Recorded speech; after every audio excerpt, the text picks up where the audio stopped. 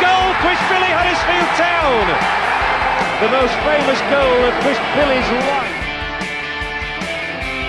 Is this the moment for Lee Fowler? It is.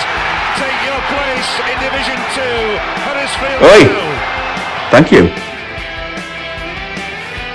And Steve Simonson's boots now. He's missed. Steve Simonson clears the flame of the goal and collapses in a heap of tears. Huddersfield Town are promoted.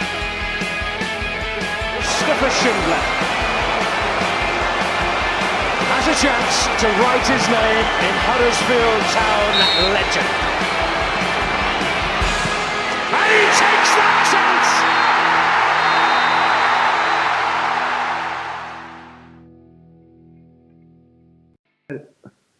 Hello and welcome to the latest episode of the Andy Takes That Chance podcast. A sweet victory for the Terriers. The new manager entered the sweetie shop and closed the door with a wham as Town picked up 2 goals, 3 points.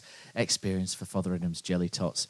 And there was a très bon performance by Etienne Kamara with myself, a mint humbug Matt Shaw. We've got a licorice all sorts of a panel this week. We've got a milk bottle in Richard Kosmala and a real Turkish delight in Johnny Gillespie. How are we doing, chaps?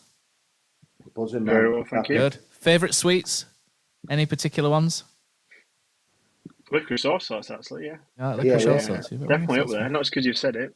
We always have these chocolate debates at work. I had a bit of a rant yesterday because everyone's put the prices up apart from Galaxy. Up the Galaxy. It's the best chocolate. You dairy milkers. Forget it now. You're priced out of the market. Nestle, garbage. Cadbury's, Galaxy, pound. They're not putting the prices up. Get to Galaxy for your chocolate. Up the Galaxy. Galaxy. Decent Galaxy. I'll back you up on that. Yeah. Right, so this week, Mark Fotheringham's first full week in charge. And he's had many phone calls from players, ex-managers in Germany, and maybe one from social services this week about this.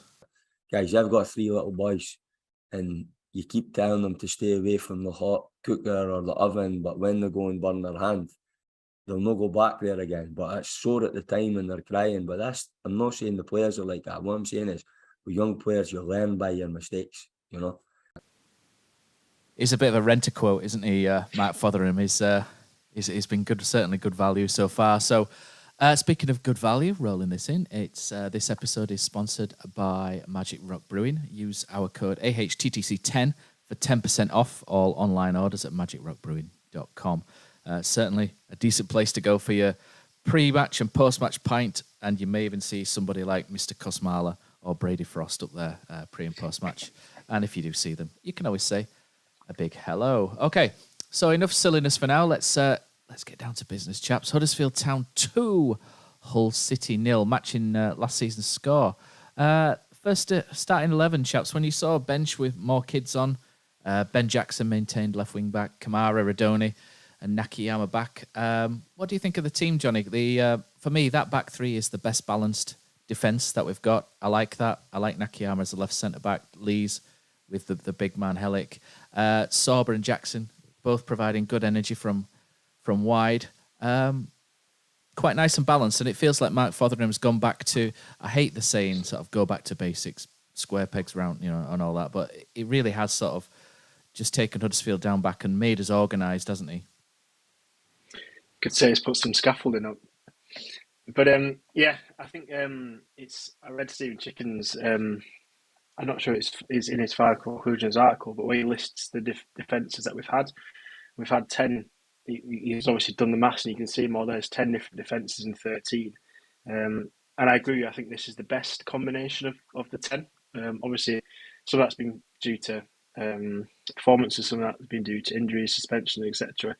But yeah, I think it works well. I like the 3 and the 5. I think the personnel in this 3 and the 5 is probably the way to go. Couple of omissions from the bench, which is a bit interesting. So when we're kind of playing a Sauber at right back, we've got a right back not in the squad. So I guess we'll make of that what we will. The press conferences kind of might allude to a little bit of that, which I know we'll touch on later down the line. But yeah, I think when this team came out, it strikes me as a statement from Fotheringham. We've kind of been reminded that he's not scared of playing younger players, but also he's not scared of backing players that want to work for him. that will give 100% effort, and we'll try hard. And he's willing to back players, and I think he's putting a lot of confidence in young players. And to a certain extent, it's worked today. It's been the young players I've known about who've kind of done well. We've seen a couple of new people on the bench and kind of a debut for somebody in particular today. But yeah, it's interesting. It's one of those where you've seen it happen multiple times, haven't you? Where managers have come in and dropped players and made a big example of. Not saying he's made an example of players today, but you've seen it in the past, and sometimes it's not worked, and sometimes it has worked. So I guess we'll see. But it certainly worked for him today. And yeah, fair enough. I think, like he said in his press conference, if players aren't going to put 100% in training and are only going to train 3 out of the 5 sessions, then fair enough. All for it. I'd much rather have a team of 11 people try him, be them kids, be them experienced players, and dying for 3 points and wearing the shirt with pride. And if we don't get the 3 points, okay, fair enough. But I'd much rather have a team like that than a team that is full of talent and isn't necessarily. So for me, it's worked, but we'll see. We'll see what other team sheets bring. It'll be interesting, I think, to see who comes back and who doesn't. Kosi, you're suffering with a little bit of sickness there, aren't you, mate? But you still managed to make one in, like the champion you are to the game. Not the best opening half hour, was it? But no, after that, decent. I should never have gone today. I wasn't well at all, but I just wanted to match Fotheringham's effort. You know what I mean? I honestly, I was so charmed kind of by his energy and he just the kind of way he speaks and that. So I thought I've got to be there. I've got to be there for him today, and hopefully everyone in South Stand hasn't got a disease off me and that as well. But I just felt I had to match his energy and enthusiasm and that in there today, and rewarded. It was fantastic. And you know what? I was saying to Matt Glennon on the phone in afterwards and that as well. It feels like now to me, it's like we've got 5 new signings. It's really weird because for the first time in a many a day, it's. Carlos, to be fair, played John Russell, but apart from that, I'm struggling even kind of going before Wagner and stuff. A very experienced squad, and feels like we've got. If I were a young player at Huddersfield Town, I'd be so excited because I've got an opportunity to play. I know if I can go into work and do my best and put the effort and commitment in, I've got a chance of playing on Saturday. And for me, it opens up opportunities. And all of a sudden now, I watched it back tonight a little bit. Chris Urulumu kind of. I think he poured a bit of scorn on the bench. I think, to be fair, I think they were trying to lead him up as if to say, look, that's why they're struggling this year, because look at the youngsters compared to what they had before. I think Broughton were trying to say, look at the difference in the squad. But you've got to be honest, though. It's just brilliant now that we've got these guys. And honestly, the biggest, there were a lot to love about today. But for me, the takeaway was Charles Ondo's smiling face at the end. It was amazing. It was just refreshing, Matt, because it was just people just enjoying playing for football for Huddersfield Town and youngsters and stuff. And HTFC Duke, who's a really good contributor on Twitter and stuff, Duke's put a great tweet out to me in reply to mine and just said basically we've never really had. It's so important that we have an head coach who kind of understands the kind of philosophy of the club, really bringing the young players in, and we've never really had that, have we? It's kind of but maybe we've got one now. And I just went away from there just full of optimism. Everyone else in the pub, it's typical Huddersfield, thought, what a rubbish game that was, 2 bad sides, rubbish with it, blah, blah, blah. Okay, but I just went away thinking, wow, we've got some exciting all about the win, though. Manager who don't care to throw them in. So, yeah, very excited about it. Tempered, obviously, we were playing who weren't very good.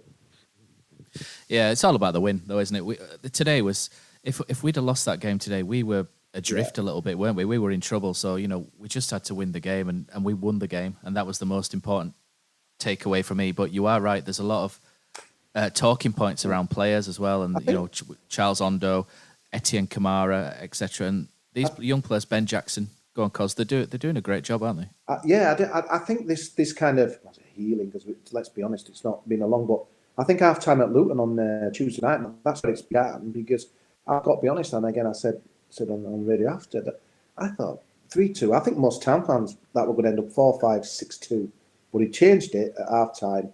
We played with a lot of pride. We somehow scrambled a draw, and the fight back went on from there. And then I'm always a bit wary playing on. Well, you don't obviously it's early days, so it's not like last season we were playing sometimes on a Friday and other promotion potentially playing on a Sunday, etc. But I just felt yesterday, even though some people felt the results went well for us, I didn't. And so to me, massive pressure on the game against a team we knew had conceded the most goals in the league and that as well. And I thought second half we saw it out really comfortable. The early goal from Melik was massive, and just really good. Maybe I'm getting carried away because I like to get carried away with anything, me. But it's like I felt like it's kind of been more than today. It's more training sessions. The second half, and obviously with a no-brainer bringing Mbete off on Tuesday. But just some good vibes out there today, and leaving the ground. It felt a good.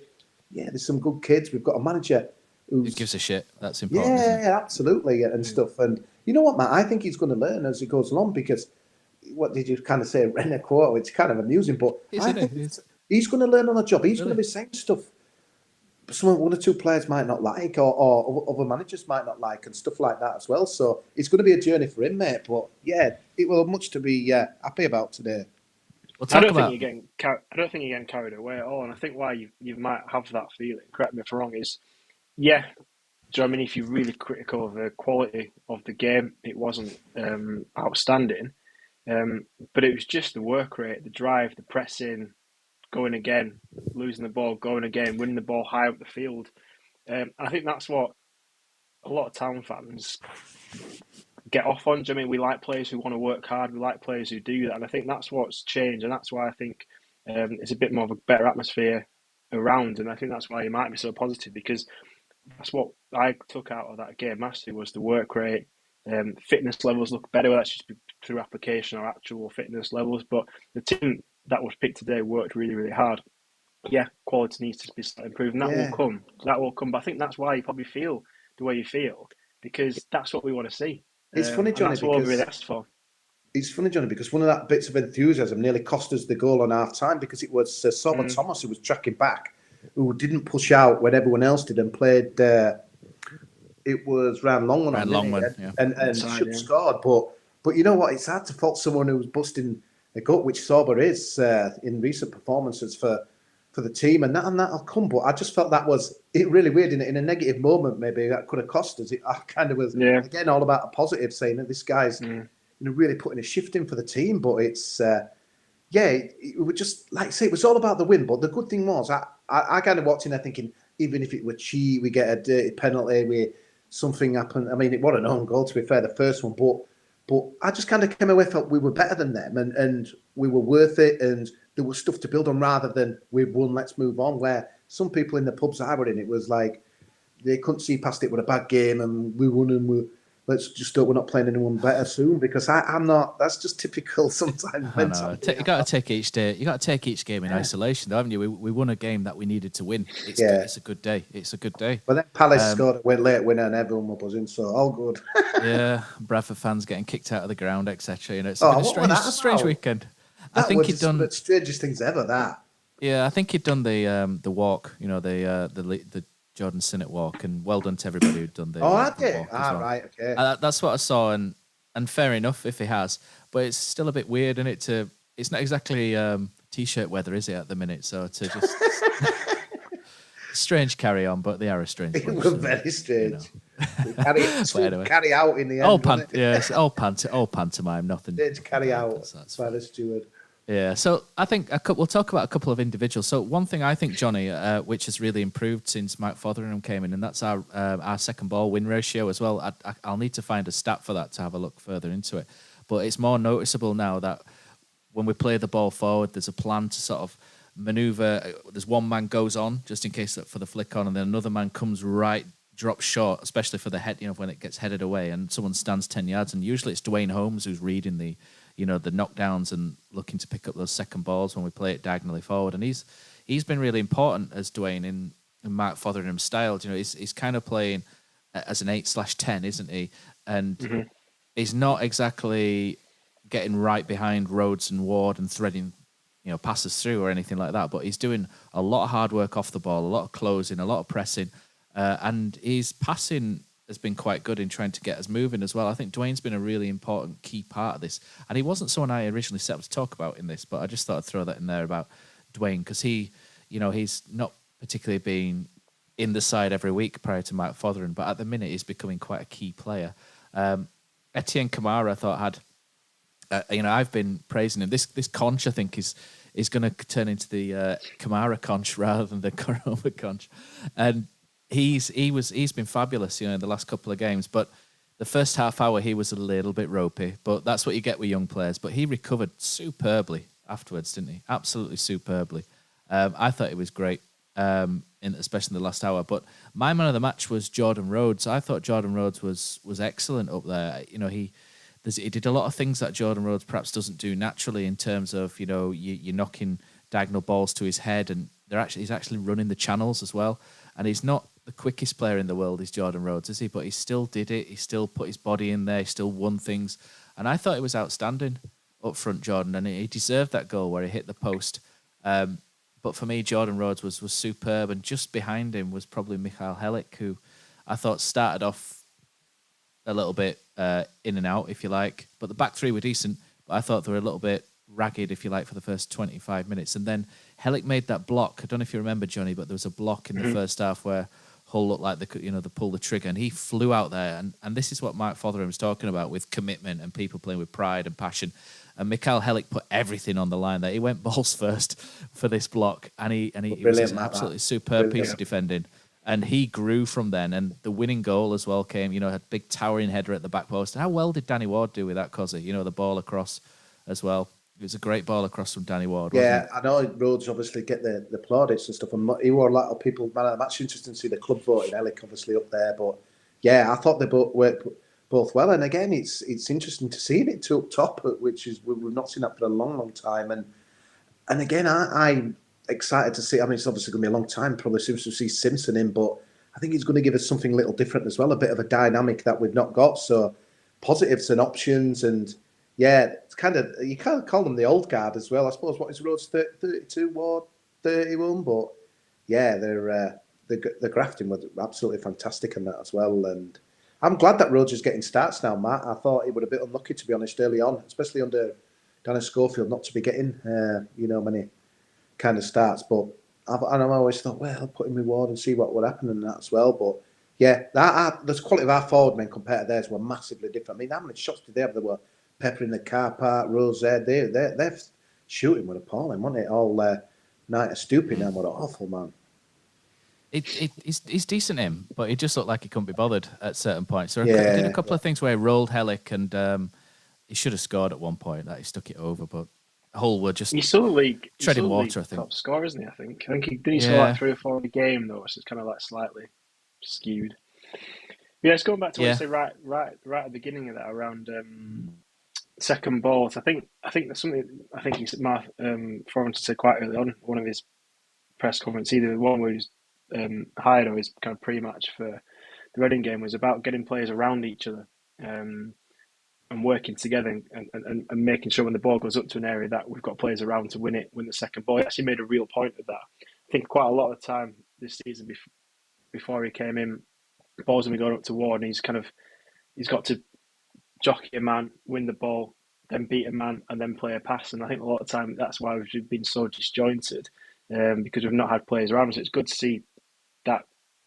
I mean, that's the coaching that obviously Fotheringham's put into them. It's working. I think Holmes helps that massively, because I think Holmes, that is on song, is a really useful player, because he has got a little bit of everything. He's not a master of anything, but he does work hard. He's got mobility. He's not actually got pace, but he's got decent acceleration, and he can play a pass. That little lob pass over today was quality, and it's that little bit that he can have to his game. So I think they've found a little role for Holmes there that works really well, and it helps with that press as well, because a few times he was part of the press that ultimately won the ball back in their half, rather than it getting further down and then defence having to make a tackle. And I think that's what Nichols said in his interview after the game, that they got praised for the clean sheet. He made a point in saying, yeah, well, we've done okay, but it's also the lads up top as well. We've made a difference today and have pressed well and won the ball back higher up. So that's clearly something that they're looking to do, which has worked. And again, just to go back to Kamara, I think it's really positive to see someone who, had a kind of is shaky, to be really critical 25 minutes, but for a young player then you're going to see that with young players, but for a young player to have the presence of mind and the confidence to continue showing for the ball, continue playing the passes like he should be doing, and then grow into a game after a shaky start is really, really positive. Sometimes it's easy. You have a good first 5 minutes, you ping 2 balls and they go to feet, and do you know what I mean? It's easy then to continue to have a good game. To start shakily and then grow into a game for a young player, it's a massive positive. And he's absolutely quality. I think his ability to move a player a couple of yards away, just a drop of the shoulder, the way he moves his body, moves the whole player to give him that space to play the pass, to play the crossing.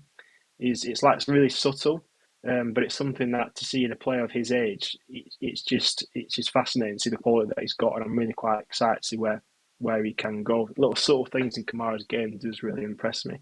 Another thing I'd like to say is Ben Jackson played really well, but I think the good thing about Ben Jackson's day, I don't think anyone's actually talking about him, but I think that's a good thing, because I think for a defender to have a good game, really, you don't necessarily talk about it, because they do everything right, they're comfortable, there's no kind of glaring errors, there's no kind of shaky moments, they play the pass as well, they do what they need to do, and I think Jackson, again, by way of not being talked about necessarily, is one of the key players today. Is actually means he's had a really good job and a really good game. So I think loads of positives to pick out. Obviously the Rhodes as well, I think was a massive one, and Wards.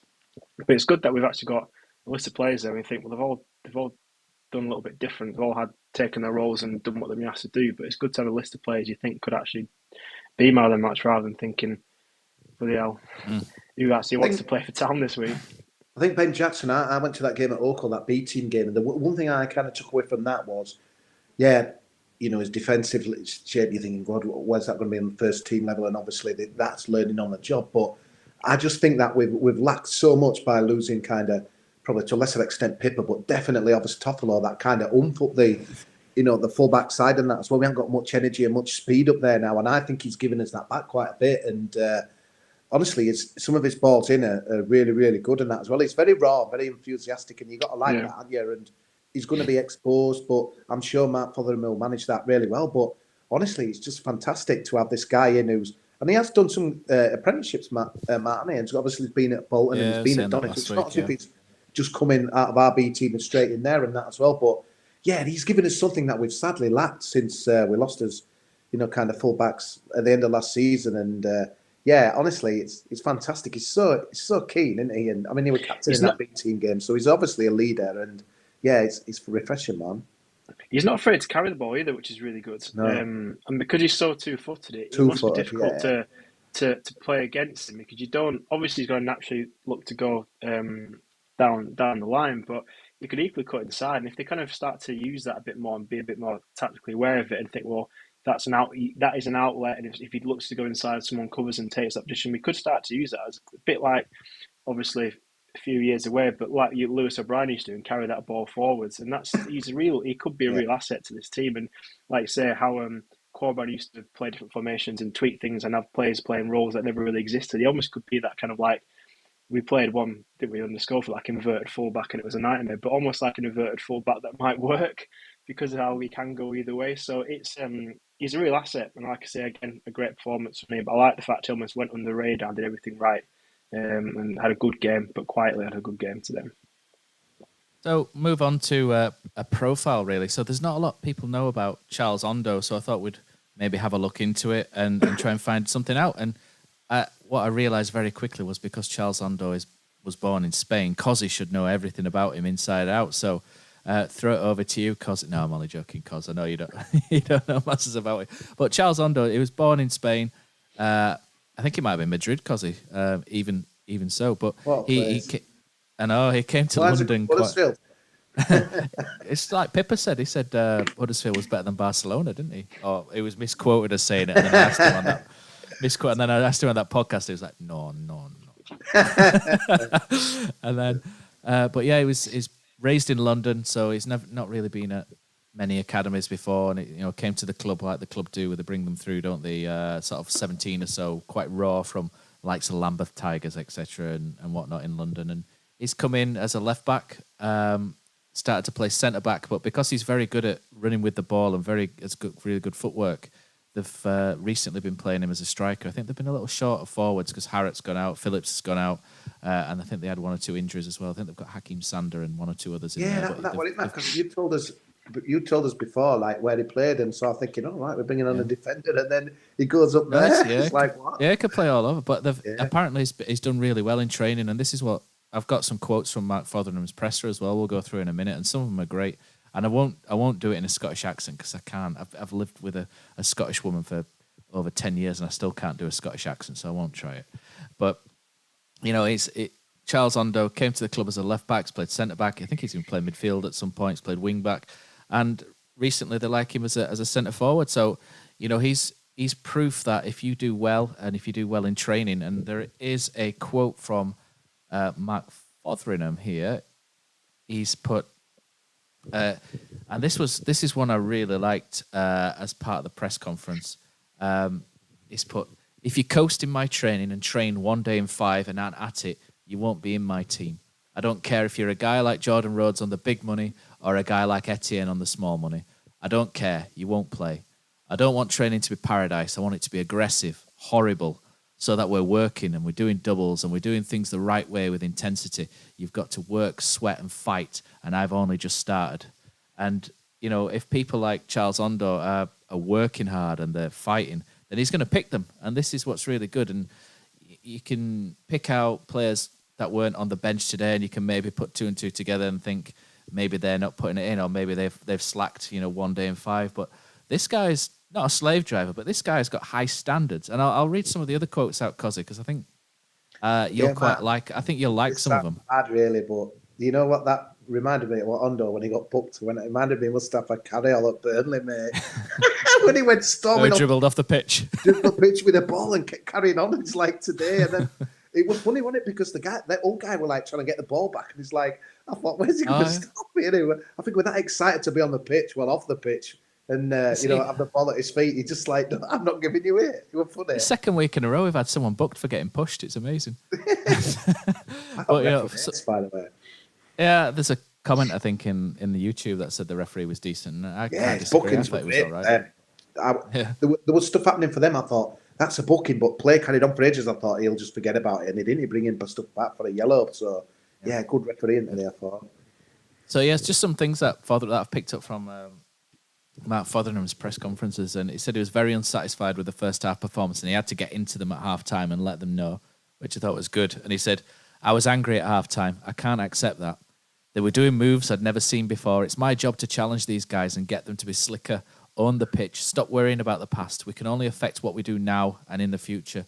And I thought that was really good as well. He's also put, one thing I noticed as well was I was stood there with a mate and my little lad, and Mark Fotheringham was on the pitch at half time, and then he kind of walked off and like, what's he doing on the pitch?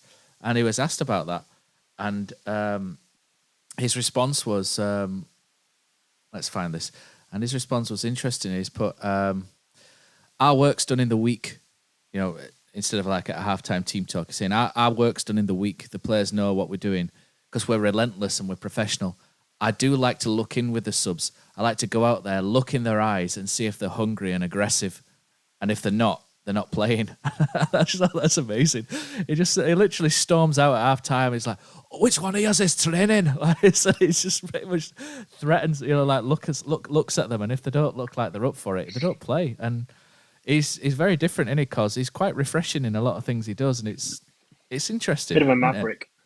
Yeah. You know what, Matt? It's going to boil a lot of opposition, and I've already had a few texts from Leeds fans who are watching the main course before the dessert when they played at 2:00. Well, tasty hors d'oeuvre, yeah. It's going to be one of those. If you're not on his side, you're not going to be, and that's probably including players on our team. Never mind opposition fans, but not short of confidence. It's just refreshing, though, Matt. I love someone who.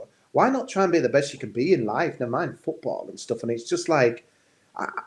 I keep seeing today's few tweets saying he's winning me round, but for me, I just think it's embarrassing that people you should always keep an open mind on a manager. Just because it might not be someone you wanted, it disappoints me that people they've got he's winning me kind of round on that as well. Just judge it as you've seen it and stuff, that. And obviously we were awful last week. We were better on Wednesday, and we were decent enough today. But it's just like, why does people? And I get people got their favourites to come in and get the job, but you shouldn't have to battle against that kind of thing. Maybe I'm. You just have to draw a line, don't you? You have to draw a line and go, all right, My man's Yeah. not got it. This guy's got it. Let's see how he does. I don't see why. Do people you know? have Do you know an what's issue. amazing? Do you know what I find amazing though? And we touched on this last week when Phil Senior was on about kind of modern day footballers and modern day football as a whole, not just players at Huddersfield. But all Fotheringham's only asking really is players give 100%, do what he asks, and try your best. And we're almost like saying this is radical thing. I know he does it with his own little kind of strange, not strange, probably the wrong word, his own kind of like unique way, quite intense and really, really passionate, which I absolutely love. But ultimately, that's all he's saying, isn't it? He's like, give me 5 out of 5 sessions. Do you know what I mean? Work hard on the pitch and do as I say. That's it. And it's almost like it's amazing. It's kind of a testament to where football is nowadays that that's seen as something that people don't want to do or think it's going to be difficult. But yeah, I'm absolutely all for it. I absolutely love his press conferences. I really like the guy. I think I can really see him being. Well, obviously, end of the day, results will determine this, but I can really see him going down as one of the managers that you'll remember and you'll talk about. Be it successful, be it not successful. He's definitely going to be someone who's going to turn heads and make people have opinions. And I think a lot of people will, if they do watch his press conferences, if you don't, I encourage you to do that because he's the type of person that you hear, you want to follow him, you want to get on his train and go where he's going. Because if you're a young player and you've got someone like that who's going to back you and give you the confidence you must have. If he sits one-on-one and talks to you, you must walk out of his office thinking you're absolutely 10 feet tall. And I reckon the players that will play for him will go on and do better things for being around him. I can't speak highly enough of him. Johnny, we've only seen a bit. It's a small sample size, fair enough, not to get carried away. But so far, I don't think we could have got better. In all honesty, I know it's a big statement, but I really don't think we could have got better. I know some names that were linked with a job, and if you ask me now, he is who I'd pick 10 times out of 10. There's some bingo as well, Kosi. There's a lot of words and things that you can pick out there. There's definitely a Mark Fotheringham drinking game afoot, isn't there? There's certain words. There's you can think of listen. That's one of them, isn't there? He said, "Hey, listen." And then there's guys. There's clarity. He always says clarity, doesn't he? I like it. One of the Backing ones. players on the pitch. Yeah. Honestly, Johnny, it's brilliant comments there, Johnny. Because I think one of the reasons is, God, this is be like I don't know what's going to happen. If people are going to quote me, but Mick Buxton said it how it was. I know you're probably not old enough. I mean, not young, too young to remember, but he didn't piss about with his phrases and stuff. And Yorkshire folk don't settle for bullshit. It's as simple as that. So they will warm to this. And the best thing is for me is that he's got these 4 points on the board early because the fear that I had, because I was engaged from the start of this press conference. I'm thinking the Reading game was a disaster, wasn't it? It was only a week ago, but we didn't turn up, and you're thinking, what has he picked? John Russell for and this, that, and the other and stuff. But he stopped the rot hopefully at half time on Tuesday, and then obviously delivered today, and then it's beautiful now. Hopefully, he's got the fans buying because it was music to my ears. It's a lovely, it's a bit cheesy to be fair, but a lovely little tweet the club's put out with Pozza yet again on the front of the bloody video. But Fotheringham's Barmy Army, and it's like it's just little things like that, and I don't know. It's just me general. I don't know whether you work for people, but I've worked for some managers and stuff like in my job, and they don't tell you how it is. That you'll do a piece of work for them, and then they'll say it's brilliant, and it's bloody not. And I remember once someone doing a piece of work for a manager, and then they said, "Oh, Richard, it's brilliant," and I know they give it to someone else to do, and I was so pissed off because I'm thinking I got no feedback, I can't make myself any better, and you just bullshit me. You dare kind of tell me the truth. Where I think now as a player, you're going to get this. And yeah, some of the experienced pros might not take it too well. We've got some fiery characters in there, but I as an individual, I'd love to have that clarity. Though he keeps talking about clarity and stuff. Clarity. If you know you're getting that every day in your work and stuff, and it's really good. And I don't know if you've seen the match, but I watched it all the way back. And Effel's in the studio, and he was mentioning again about Felix Magath, and he kind of didn't. I think he didn't work under him, just not, or he had some kind of deals with him. He says, "I'm glad I didn't work under him because basically this guy is, I think, in about the pre-season, like 8 weeks gym work, running absolutely like beasting guys, like the fittest teams in Germany and stuff." So this Mark Fotheringham's obviously seeing all this. He's got his own ideas how to do things. It's going to be absolutely fascinating. I think we're hopefully going to go on a bit of a little journey here and stuff, but it's unbelievable. We've beaten the team was scored late in the most goals in the division, who were really poor. We beat them at home and got away with a one-on-one. But it feels, I don't know, it just feels like we're on Is it turning a corner, don't it? Yeah, I think so, Matt. But Yeah, and I'm excited for the next few games because although Preston were 8th, I think now, but there's no reason we can't go to Rotherham and win on Saturday, and then all of a sudden it's, I don't know, it's exciting times for me because I just feel we've got a bit of a cannonball here, a bit of a maverick, and like you said, Johnny, for the first time, even Wagner's press conference used to bore me. I didn't really tune much of them in. The club put them out post-match. I didn't hardly tune into him. I certainly didn't do it for Carlos. But this guy, honestly, it's very engaging and stuff. And if we can get the results there, well, who knows where we can go as a group. I used to like Wagner's, but there's one other one that he said, one of the quote, which I picked out, and it goes on about coasting. He says, "If you coast, you won't be in my squad. You're getting paid good money. This is the best job in the world. You could be out scaffolding in the dirt with my dad every day or folding towels like my mum.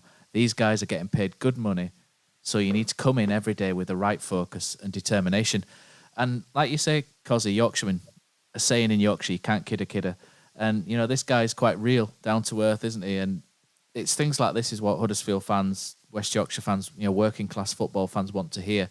They want to hear that these guys are working hard. And he mentions stuff about, missed passes. He doesn't care about, missed passes. As long as you work hard, you're committed.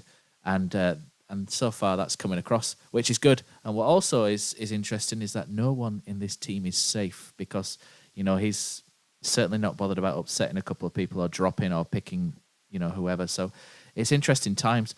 And what's interesting is our social media corner, if you like. So we'll go to YouTube and we'll read out some comments from some people. So hello, everyone watching on YouTube. We've got 46 people watching, which is pretty good at the minute. So Tom Maiden says, "Can I come on as a guest, lads?" Do you know what, Tom? I think we've got a couple of things lined up soon. So maybe you can get involved with that as well as everyone else. Coventry Terrier, Dolly Mixtures, he reckons, best sweets.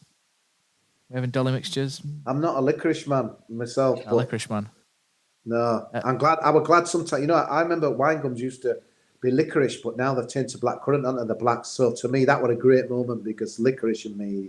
A victory for Cosi's taste buds. Not for me, mate, but obviously I'm a small sample size. Oh, Dom Campbell says cola bottles. He's all about the cola bottles. Don't mind cola bottles. With sugar on them, Dom, or just them other ones. Those fizzy ones are decent. I like the fizzy ones. So let's go on to the football. Dom also says Hellick was absolutely solid today. John Shaw says, not the greatest of performances, but if we stop the individual errors, we have the quality to compete most weeks. Refreshing to see graft from all. Long may it continue. Matt, let me get in there on Hellick. Yeah, I should have mentioned him. Fantastic, mate. I felt a bit tight because I don't think he's looked fit. And he's obviously playing alongside Mbappe. It's like, it's not exactly a solid partnership. So I've been waiting to see this kind of, Hellick that all the Barnsley fans said we were getting, and he were there today, mate. Like you said, that block was brilliant. He looks an absolute, mate, would you want to mark him? It's just like, our set pieces now, I think we're going to be stronger than ever. I mean, Fotheringham mentioned last week, says we're going to get so many goals with set pieces. You don't need to tell me that. I think we'll get more. Well, I suppose it's going to be hard to get more than last year, but he's brutal. But Tom Lees again today, he had a shot in the first half where he took should have it really well. Second half when it the roads thing and stuff. So, but Hellick, fantastic, and I love to see that. Matt, when you see someone just putting the body on the line, and I know, like you said, Johnny, he's just kind of asking players to give their all. So we shouldn't be kind of saying it's full on Teddy Butcher with the blood. Oh, he went sack first though for that block though, didn't he? But it was brilliant, mate, because he was massive with that. If that goes in, then things can be different. But honestly, I walked away from there thinking, yes, this is the Michael Hellick everyone said we were getting, man. Yeah, I agree. I don't think he's looked match fit, has he? He's looked a bit rusty, hasn't he, in some of his things. But he's started to get there, which is great because I thought he was superb at Barnsley. So I'm happy that Michael Hellick Michael Hellick, if you like, has started to turn up. Don Campbell says we're really starting to see what MF is all about. Every time everyone writes MF, all I see is Samuel L. Jackson and his famous catchphrase. It's all about on the pitch. The players really look like they knew what they're doing in the system. Really good to walk away having seen a positive result and a needed clean sheet. Cy Daly says, I know he's ill at the moment, but I don't see Angelin playing a big part under MF. Just don't see him providing the work rate. I'm a little bit unsure about the front two. Ward and Rhodes, I always think it's one or the other. I think they're quite similar in what they do, and I think Tino might be an option maybe as someone just to play off the striker a little bit deeper in the two maybe. So maybe there is a role for Tino, who knows? And he has obviously got glandular fever, and that's something which affects you it can affect you weeks before it actually comes up. So we'll obviously have to see. Oliver Barnes says, much better. Anyone think the ref had a good game or just me? Definitely you, Cosy. No, brilliant. Richard Huckey says, started scrappy and finished dominant. Bit like this podcast.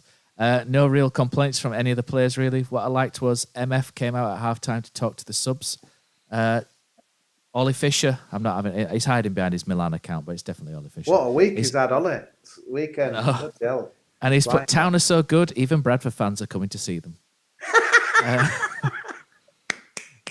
Andy Kay says, I knew nought about him, so I can only form opinions on what I see.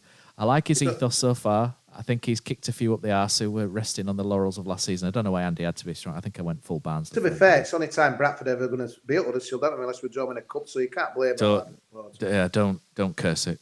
Yeah, exactly. Don't curse it, because they're not doing too bad this year. Yeah. Mark Whitaker says, I love how he started. Just worried that if he gets too honest, heads will drop and it goes to pot. Does he need to not overdo it? Do you know what? I don't think he does, because I've seen Mark Fotheringham be overly nice as well, to the point of it almost been sickeningly sweet. I'll be honest. I've seen him be really nice and overly go overboard the other way. So I think he's got a lot of strings to his bow, Mark Fotheringham. I think he can do those first two interviews. He was very, way too very nice, positive. wasn't he? I think that, and how we've seen 3 post matches now, and how each one's different. And obviously his performance is different, and you could argue the better performance probably had the most aggressive, intense post match. But I think that shows he's clever. He knows what he's doing. He's quite. I don't know what the chap who said that, but he's absolutely right in what he's saying. That if you just got someone who's just shouts and shouts and shouts and shouts, then it's almost worse than someone's probably a light touch, because you'll just lose it straight away. But I think, again, small sample size, but I think he is clever. I think he'll use that at the right time and with the right players. So, but it's a good point. You just need to make sure he uses it at the right time. I think it's a great point from Mark, because I think that's going to be the only thing we're going to have to, because he's going to be learning on the job as well. And the fact that he's not got an experienced assistant, which I will thinking maybe, obviously, I don't know whether the club didn't want to give him it, or because we're adamant on it. I'm happy. I don't have 8 coaches, etc. But I just think we're going to have to put up with it. He's going to say stuff that maybe upsets people. He's going to learn on the job as well. He's an inexperienced head coach, so we're just going to have to accept it, because no one's perfect and stuff. So I do agree with Mark and stuff, and he might go home tonight and think, well, maybe I shouldn't have done this or I should have done that. But we've just got to back him and get behind him. Honestly, when someone gives you so much in life, like with the energy and the enthusiasm, as soon as I watched that press conference on a Friday when the club put it out, I'm like, I'm there, man. Like today, I should never have gone, but I'm wanting to be part of it now. So it's brilliant, man. I think he'll get it soon, and if the crowd are quiet and what have you, I think he'll have a go at him. I hope he does. I hope he comes storming over, yeah. Man, that's well, but I mean, yeah, it's amazing. Can you remember a manager coming in with this kind of style? I don't know if brash is the right word, but in a confidence like that. I mean, Peter Jackson had his own confidence, didn't he? I think Peter Jackson maybe were the nearest thing to this, but I think there's shades of Lee Clark. Shades of Lee Clark with him. There is, yeah. A lot of things are what he says and how he bigs the club up. I like how Mark Fotheringham bigs the club up as well. And I remember Lee Clark used to do that a lot, didn't he? He used to big the club up, and he used to make you feel proud to be a Huddersfield fan, because he used to talk about it in glowing terms. And then you got Simon Grayson who'd talk it down, and Chris Powell would talk it down even more, and it became a bit almost like a shame to hang around your neck supporting Huddersfield. But I like the way Mark Fotheringham talks about the club, and I love David Wagner to bits, but the whole small dog thing got a little bit drawn out. Didn't it? I'm just disappointed, Matt. We've changed from a city into a town. It's the only thing. It's relegated us already, hasn't it? It's relegated. We've got a cathedral. Let's apply next time. Let's apply for it. Huddersfield City. Huddersfield's first city. Exactly. Adam Cottrell says the interview with MF on Sky Sports showed that he means business. Right. Okay. So I think the last thing that I picked up on for Mark Fotheringham was his praise for Conor Mahoney. He mentioned how he's built him up quite physically, and you can kind of see that with Conor Mahoney. He looks quite. Shoulders seem to have, he looks quite big, doesn't he? Sort of top end, if you like. And he was saying how he quite likes him in a central position previously. But he's talking about how he's built his robustness up, everything, and now he can play like 10. Like today, he played 10, then he went to 8, then he went to 6.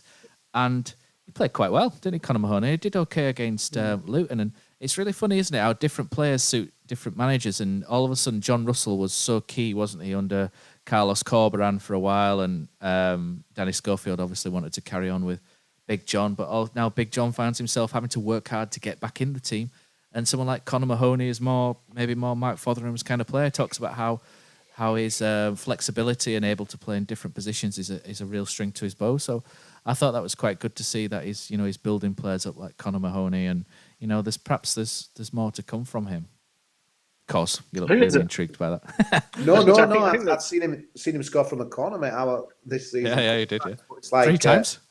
I think the good thing is like we've got a lot of, obviously Sorba's the king of the crossing, but Mahoney's a good conductor of the orchestra as well. And if he can just obviously bring more to his game and that as well, he's a dangerous player, man. He can strike a ball, he can thread stuff through, he can cross in and that as well. I think at the start again he was a classic Town kind of a projecty kind of player and that as well. And I think early on he must have been a bit disillusioned, but obviously in Millwall he hardly played any football, and he comes to us and he's in the beating where others got a sniff, and he really did under Danny Schofield. But the fact that again another one, he must feel good driving to work tomorrow down the Miller Oils High Performance driveway, because he's thinking, I can get a game now, I can start a match under this man. And honestly, to watch our training sessions are probably as good as, more exciting soon to watch the game, wasn't it? But yeah, it's fantastic. He's obviously got that ability, Matt. Other managers have spoke highly of him, but he's never. It's at this stage of his career to still be in the Championship. It's a great opportunity for him. It's up to him if he wants to take it. It's all about him now. There is a player there. I've watched quite a bit of him when he was at Blackburn. I think it was only like 2021 before he moved to Bournemouth. So he was young, similar age to Sorba, kind of breaking through, but he had it then. He went to Bournemouth for decent money. So it's one of those players, like you say, like it's a bit of a project. If he gets the right manager, like you said, Matt, that he clicks with, because there's definitely evidence in the theory that certain players do click with certain managers and do kind of work for them a bit more, or get a bit more out of them. But if we can get the best out of Mahoney, he will be an asset. He's not a player that hasn't got it. He's proven that. He's just getting that consistency, like it always is in football, and getting that confidence back. But if we can find a role for him and use him, and kind of he buys into what Fotheringham's doing, then I think definitely could potentially be a good signing, good player. Okay, so we're going to do a new feature in a moment. So during the week, Brady and Tom did their usual pre-match stuff for Hull. And Brady asked me, I think one of the questions they got in the mailbag was, who are the worst loan players Huddersfield Town have ever had? And obviously, Brady, being a big shithouse, came to me and said, Matt, can you answer this question? And I spent half an hour picking names out for him and doing a complete historical overview of Huddersfield Town's bad loan history, about as good as Northern Rock in about 2008 is our loan history at points. And Brady didn't use it. Unbelievable. So just to make sure that I haven't wasted half an hour, we're going to do it now. I know some people might find this a little bit negative and not, but I always think this is quite good fun, sort of looking back. And, maybe I'll post remember Kosi when we sat around this table and we did the Whoppers and Weapons team, didn't we, with Neil and Danny? That was absolutely brilliant fun, was that, doing the worst ever Huddersfield Town team. And I think a couple of loan players actually did that. So for Brady, I did early on from about 1991. I missed Callahan. Was it Nigel or Ian Callahan, the winger that ended up in Tenerife in a nightclub after he'd Nigel Callahan. Red stripes. Yeah, well, absolutely a horrendous winger, wasn't he? Who could barely run for around about 91, 92, maybe 1990, 91. Around that time, he was such a bad player, wasn't he? So I think what I did for him is I did 1990 to 2010. So I'll play a clip in a moment where I've done Huddersfield Town horrible histories, and it's our loan history from 1990 to 2010, and there are some honking players in there that I obviously love for the wrong reasons. But 2010 onwards, Johnny, any names that stick out for you as being particularly bad? I think Diego Arismendi maybe kicks off that sort of period, doesn't he? Yeah, 2012 I think, Simon Grayson. Yeah, I think we might need to ask some people watching to fill in a little bit of gap. Because I kind of fast forwarded to kind of 2018, 19 onwards. So there's a good. I'm sure there's some good 8, 9 years worth of players in there that hopefully some people will say. But I've got a few slightly cheeky ones. They will qualify, but a little bit left field. So Punchin's probably one to go on there. I don't think he ever wanted to play for the club. I think he was just very much a payday for him. He's a bit of a shocker. Bit of an interesting one. And Benza. Yeah, someone's mentioned him in the comments. Yeah, someone's mentioned him. A lone player. So I think it was a bit of a crisis from start to finish. Meepo was one where, again, a little bit of lack of quality. I don't know if we'd see much of him. Niasse summed up. It's a short-term contract, wasn't it? For Huddersfield, I guess he wasn't technically a loan. And then similarly, I think Masanogo, might have been short-term or a loan. But yeah, I said to you, it's quite hard to kind of. I don't know. Maybe I block it out a bit more. Maybe that's a positive thing. But it's hard to think of There's plenty of good loan players I think we could list, but some of some of the ones that haven't quite worked. Hopefully, some people in the comments might be able to. They're the ones that I could think of, and I was trying. There's a few have been thrown in. Joel Pereira, who could forget the 11 goals in 2 games conceded by Joel Pereira, aka. I can't remember what they called him. I think we called him Poppadom Hands. I think Hearts I think they called him Spaghetti Hands or something up at Hearts as well. They had all sorts of names for him. He was particularly bad. Elvis Manu's got a shout. He was quite forgettable, wasn't he? Kosi will remember Chris Powell bringing in David Edgar. I'm sure he was a tough player to watch. Although maybe not. He had the beard, didn't he, David Edgar? And I think he was a centre back, and Chris Powell played him in central midfield, and he was so slow and. I think he went to Sheffield United after that, man. He got some good moves as well when he left. I know, he had some shockers. Johnny Goggs has mentioned 2002-2003 Scott Bevan, and I think I spent about 5 minutes in this clip raging about 2002-2003. Some of the loans that we had that year were absolutely abysmal. Max says, and Benza, not really based on his performances, but the structure of the deal, we should never be paying 11 million on one player in the Championship. Unfortunately, we tied ourselves into that, didn't we? And it might have been a little bit more than that. Let's have a look, see what other people have said. So, Cy Daly says David. Church. How garbage would he, man? Simon Church wasn't good, was he? And he was decent at Reading. Jukovic, obviously, I'm surprised you didn't mention him, but he's in the clip. Lucas Jukovic is in the clip, but right. I think there's a mitigating circumstance with Jukovic. Is he had an asthmatic breathing issue when at Huddersfield, and he made his debut against Leeds, didn't he? And he did all right. Didn't he played all right? Yeah, he did. And then after that, he had a lot of fitness issues, but he's had a good career once he's got that sorted. But it happens with young players. John Shaw says Lee Ashcroft. Lee Ashcroft's in my clip. I think a butcher paid for him for a month.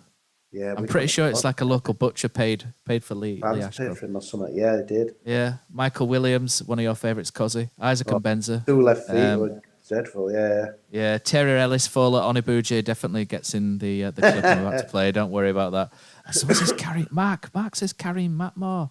Karim Matmore, I think he was a short-term contract, Karim Matmore, so he doesn't count, but he wasn't that bad. It's not against Leeds, Matmore. Didn't that qualify as...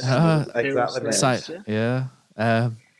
Let's have a look at who else we got. Johnny Goggs is the original Spanish sensation, Christian Lopez. Oh, he's just deleted it because he wasn't alone. Johnny knows the rules. Yeah, we've had some interesting ones, haven't we? Mustafa Carriol, he was a dire, wasn't he? Trouble is, you're about Arden. To be honest, Kosi, these guys compare nothing to what we grew up with in the 1990s, do they? Do you want me to just play the clip? It lasts about 5 or 6 minutes. I know you get itchy feet, Kosi, but I'll play this clip in, and then if you can be bothered coming back afterwards, you can come back afterwards. But we might end the podcast if everyone leaves. But I'll play you won't be able to hear it, will you, Kos? That's the other thing. And so if you go to YouTube, you'll be able to hear it on your phone after this. But so. Here we go. Without any further ado, Huddersfield Town, horrible histories, loan players. Strap yourself in for some Huddersfield Town horrible histories, the loans. So all of the young terriers on social media, born in the 1990s, coming at me with Muzzy Carriol or Jason Punchin, you guys need to sit down, put your feet up, and let those of us with grey in our beards take this one, because we've had some real Reggie blinkers over the years. And we can roll this back to 1990-91. Huddersfield Town, one of the very first loanees that I can recall, and maybe one of the first loanees we've had, was John Kelly back in 1990-91. A really small midfielder who couldn't run, he couldn't tackle, he couldn't pass, he couldn't shoot. And I think the only time he actually did something on a Leeds Road pitch was in 1992-93, when Tim Clark went on his famous buccaneering run against Chester City and ran into John Kelly, who put the ball in the empty net. Following on, hot on the heels of John Kelly in 92-93, we had a loanee, a big centre-half who looked like a bricklayer and had the touch of one, but zero balance. Rob Dewhurst, I think a couple of people will remember Big Rob. 93-94, a season of bad loans, and Neil Warnock made some really strange choices this season. A man who made David Unsworth look like Usain Bolt was a left-back called Ronnie Robinson on loan from Exeter. He was probably the slowest footballer I think I have ever seen. And in the same season, one Kosi will always remember is Andy Williams, a midfielder that we managed to bring in on loan, I think, from Leeds or Notts County at the time. And he had his long flowing locks, looked like a 70s player, with lots of flair. He had nothing. Abysmal. As Huddersfield Town moved up the leagues in the mid-1990s, we managed to bring in a right back called Kenny Brown from West Ham. He'd made 50 appearances in the Premier League in the previous couple of years, and he looked like he'd never played football before when he arrived at Huddersfield. But one of the very worst loan signings we've ever made came the year after, 96-97. Many people remember the famous or infamous Huddersfield Town 3, Bradford City 3 game, where Chris Waddle absolutely tore us to shreds from corners. The first corner, Chris Waddle whipped straight in, dropped in the far post, and the man that we had on loan from Manchester United back then, a left midfielder by the name of Simon Davies, who we thought, we signed Ben Thornley the year before, so what could go wrong? He managed to stand on the outside of the post rather than the inside of the post, and Chris Waddle's corner dropped in at the far stick. Very unforgettable player for the wrong reasons. And in the same season, we had Lee Glover, 11 games, 0 goals up front, and Mike Williams, a really poor central midfielder. A couple of years later, under Jacko, and Town managed to sign Des Hamilton, another with Bradford links. Des Hamilton, one of Neil Wayne's favourites. He famous really for scoring a goal for Bradford City at Wembley, which propelled him up the echelons of the Football League. And it was a promotion that he wasn't really ready for. He ended up playing for Campion in the Bradford League not so long after signing for us. In the same season, we got Mark Jackson on loan from Leeds. I think Mark Jackson's most memorable game was when we were walloped on Sky 7-1 against Barnsley. And then we moved to the latter end just before the millennium, and Huddersfield Town and Barry Rubery in particular decided to sabotage us by selling Marcus Stewart and replacing him with the loan signings of Alan Armstrong and Michel Ngonge. No goals for either of those two, replacing a legend really in Marcus Stewart, who we all wish the very, very best. In the same season, we also managed to sign David May. David May, a fantastic footballer, Premier League winner from Manchester United. He lasted 40 minutes before going off with sciatica and no one ever saw him again. Probably the man who I think's maybe the worst loan signing, or certainly in the top 3, is Steve Baker. We got that season. Steve Bruce signing Steve Baker from Middlesbrough. I remember one particular game at Tranmere where he was taken off at half-time after being roasted by Jason Kumas, and it was honestly one of the worst performances I think I've ever seen on a football pitch. Roll it back to the next season, or roll it forward to the next season. We managed to bring in Jim Brennan. Jim Brennan managed 2 appearances before being sent back. And a man who managed 4 games without any goals was a beanpole striker by the name of Kevin Kyle. A couple of people remember how bad he looked in those games before having a semi-decent career. And if we move that on a year more, and this is really where some of it really ramps up in terms of bad quality, the Mick Wadsworth season. And Mick obviously had an eye for a player, as you can tell. Starting at the back, Scott Bevan, an absolutely giant of a man, but a horrendous goalkeeper who was finally and rightfully usurped by the far superior Phil Senior in that season. And in the same season, Huddersfield Town signed Lee Ashcroft. I think he was paid for by a local butcher on a month's loan. Lee managed 0 goals in 4 very abject appearances. And in the same season, we also got Kevin Gallagher. Kevin Gallagher, Premier League winner with Blackburn in 94-95, over 50 caps for Scotland when they used to be able to qualify for tournaments. But the spell at Huddersfield Town was enough to finish him off, and 0 goals in 8 appearances, very abject appearances, saw Kevin Gallagher have to hang up his boots. He was that bad. Also that season, we managed to bring in Scott MacDonald, 1 goal in 14 appearances, before he actually went on to do pretty well up in Scotland with Motherwell and Celtic. Jason Gavin. I won't tell you his middle name, but it starts with an F and ends with a G. 10 appearances, 1 goal. A horrendous footballer. Moving on swiftly. And at this point, Peter Jackson has returned 2003-04. And Jacko, to be fair to him, brought in a couple of decent players. However, we did bring in Gary Harkins in 2003-04. Gary Harkins was more of a player for the fringes in the bottom league, so there's no problems there. But one player Jacko brought in was a tall 6'5" striker by the name of Fola Onibuje. And to be honest, a scarecrow would have been better up front. He was horrendous.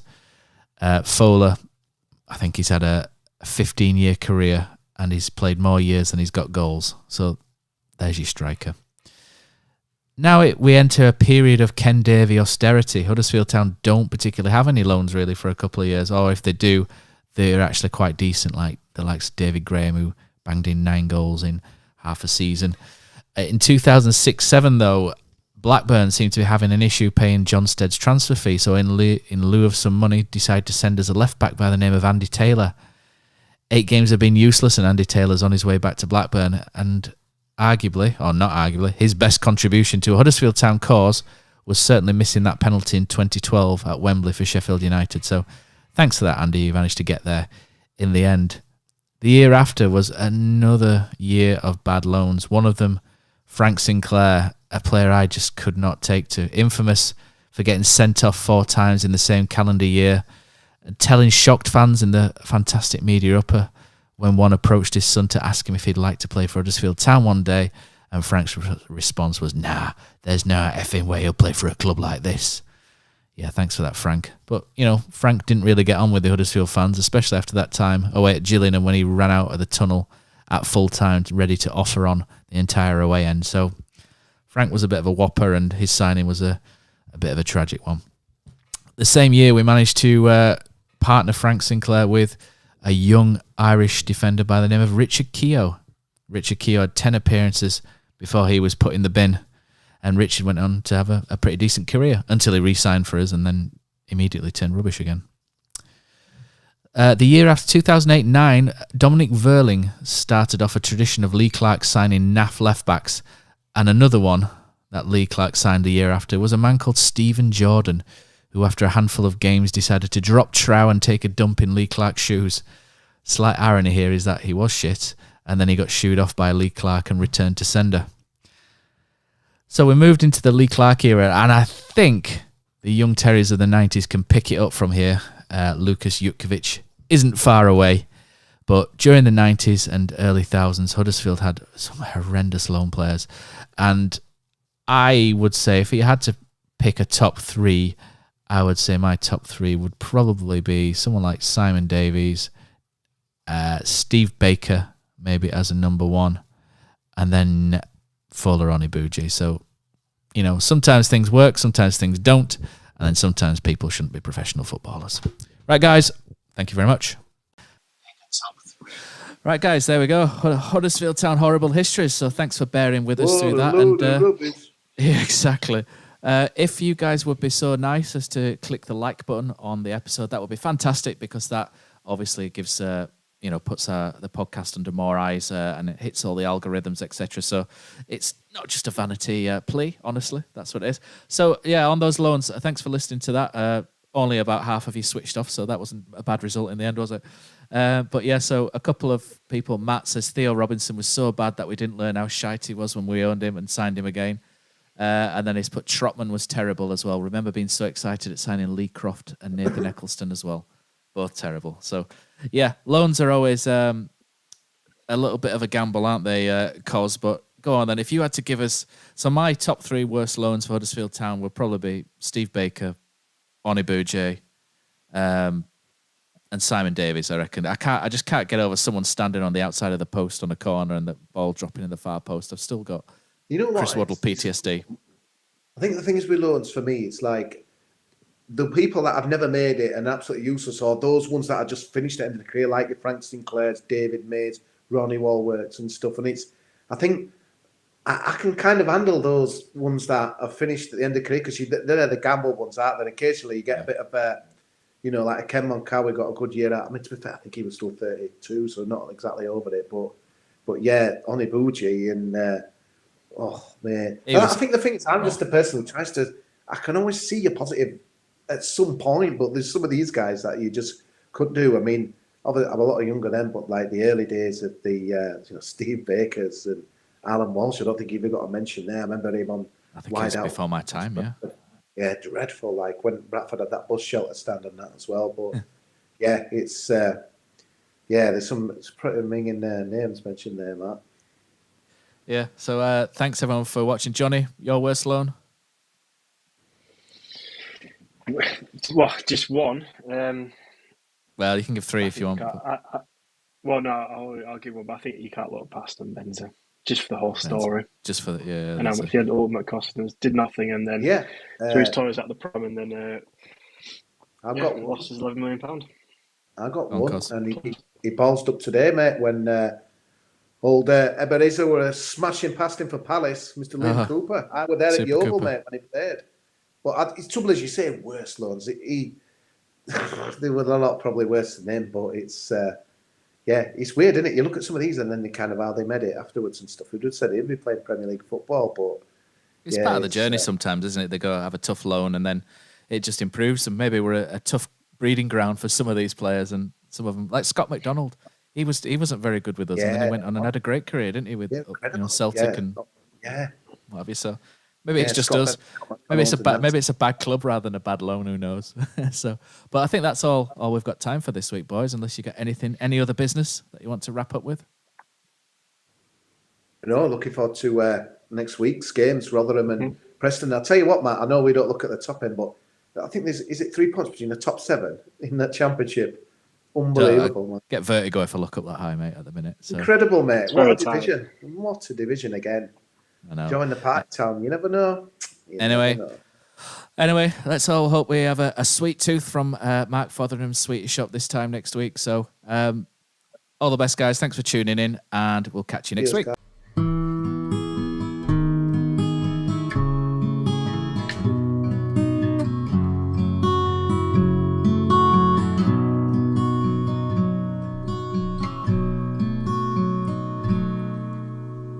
There's a team that is dear to its followers. The colours are bright blue and white. They're a team of renown, they're the pride of the town, and the game of football is their delight.